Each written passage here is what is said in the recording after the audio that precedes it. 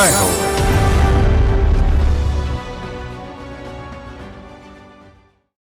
వ్యధ నుంచే ఆమె కథ అక్షర రూపంలో పలకరించిన విజయగాథ. ఆమె తిరువనంతపురం జిల్లావాసి ధనుజ. చేయి తిరిగిన రచయిత్రి ఏమీ కాదు, కేరళలో పారిశుద్ధ్య కార్మికురాలు. దశాబ్దాలుగా తను ఊడ్చి పారేసిన చెత్త కంటే మనుషుల మెదళ్లను వదలని మకిలి మరీ ప్రమాదంగా మారుతోందని గ్రహించారు. తన జీవిత అనుభవాలతో ఆత్మకథ రాసి వివక్ష, దురాచారాలపై నిప్పులు చెరిగారు.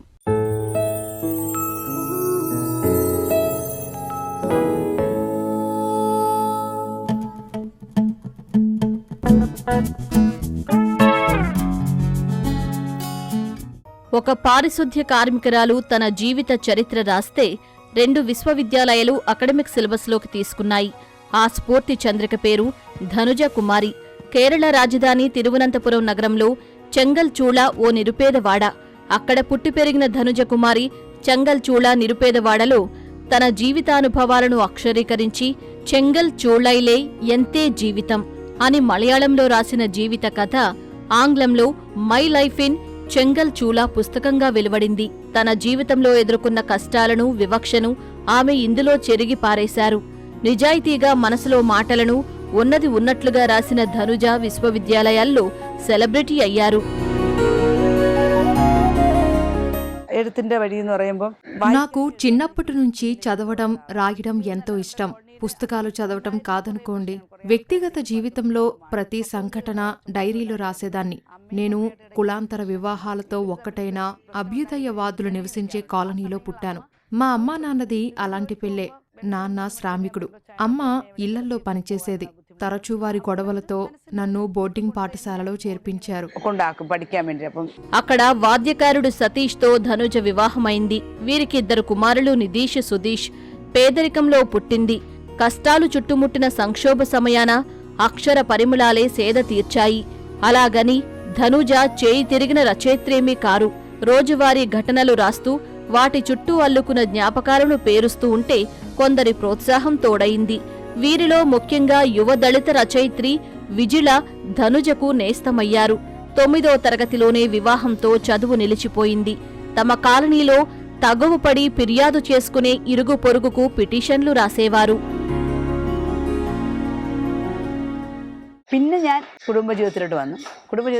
కుటుంబ జీవితంలోకి వచ్చాక మా కాలనీలో ఎన్నో సమస్యల్ని చూశాను. జనసమర్థంగా మారింది. ఎక్కడ చూసినా పొరుగు వాళ్ల తగువులు, దంపతుల గొడవలు. పోలీస్ స్టేషన్కి ఫిర్యాదు చేసేందుకు ప్రజలు తరచూ పోలీస్ స్టేషన్కి వెళ్లేవాళ్లు.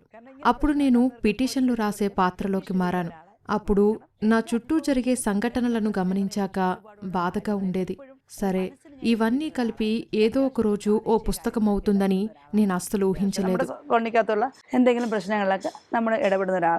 ధనుజ ఆత్మకథలోని అక్షరాల్లో ఒలికిన భావోద్వేగాలు, తొణికిన నిజాయితీ మేధావులను ఆకట్టుకున్నాయి.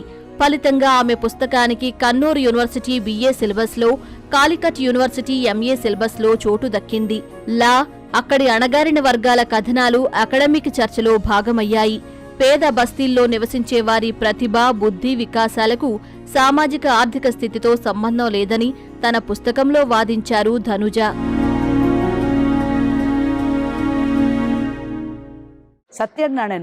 రచయిత PP సత్యం చెప్పిన మాటలు నన్ను ప్రభావితం చేశాయి.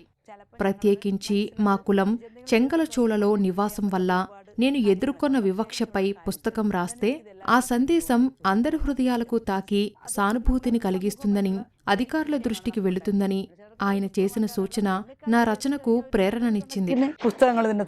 ధనుజ రచనలకే పరిమితం కాలేదు. రాజాజీనగర్లో మున్సిపల్ పారిశుద్ధ్య విభాగం హరిత కర్మసేనలో చురుకైన సభ్యురాలు. వింగ్స్ ఆఫ్ ఉమెన్ అనే మహిళా సంఘాన్ని నడుపుతున్నారు. అక్కడ ఓ లైబ్రరీని స్థాపించి పఠనాభిలాష పెంచుతున్నారు. వారిలో విజ్ఞాన పరిజ్ఞానం పెరిగేలా ఆమె ప్రోత్సహిస్తున్నారు.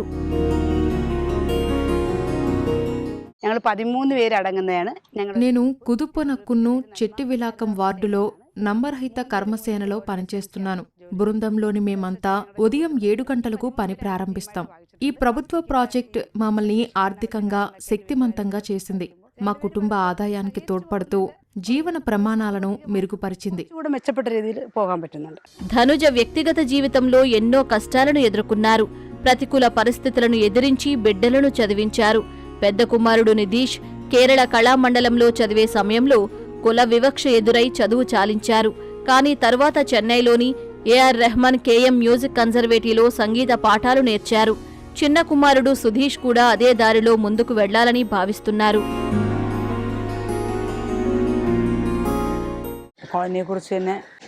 ఈ పుస్తకం రాసాక సమాజంపై నాలో పాతుకుపోయిన కొన్ని అభిప్రాయాలు క్రమంగా మారుతూ వచ్చాయి. కానీ కొన్ని అలాగే స్థిరంగా ఉన్నాయి. అన్సంగ్ హీరో పురస్కారం స్వీకరించేందుకు దుబాయ్ వెళ్లాను. ఇప్పుడు దుబాయ్ అనుభవాలను రాస్తున్నాను. అన్నట్లు ఈ పుస్తకం నా ఒక్కదానిదే కాదు, మా చెంగలచూల గ్రామ ప్రజలదే. మా కాలనీలో నిజమైన మార్పు తేవటమే నా లక్ష్యం. ఇప్పుడు ధనుజ తన ఆత్మకథ పుస్తకం 2వ భాగం రాస్తున్నారు. చెంగళచూల చరిత్ర పరిణామాలను మరింత కూలంకుషంగా శోధించి రాయాలని భావిస్తున్నారు. అక్కడ నివసిస్తున్న వారి వివరాలను సేకరించి పోర్టల్లో ఉంచాలని ఆమె అభిలాష. ఈ రచనలతో తమ సమాజానికి గుర్తింపు, గౌరవం లభించాలని తన ఆకాంక్ష. గుర్తింపును సాధించేందుకు కృషి చేస్తోంది.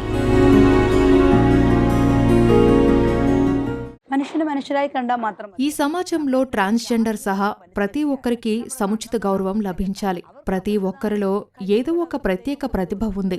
వారు సవాలున్న మనుషులే. ఇతర రాష్ట్రాలతో పోలిస్తే కేరళలో ఈ తరహా సమస్యలు తక్కువే. అయినా కులం, మతం, నివాసం ఆధారంగా వివక్ష కొనసాగుతూనే ఉంది. ఈ మనస్తత్వం మారాలని నేను కోరుకుంటున్నాను.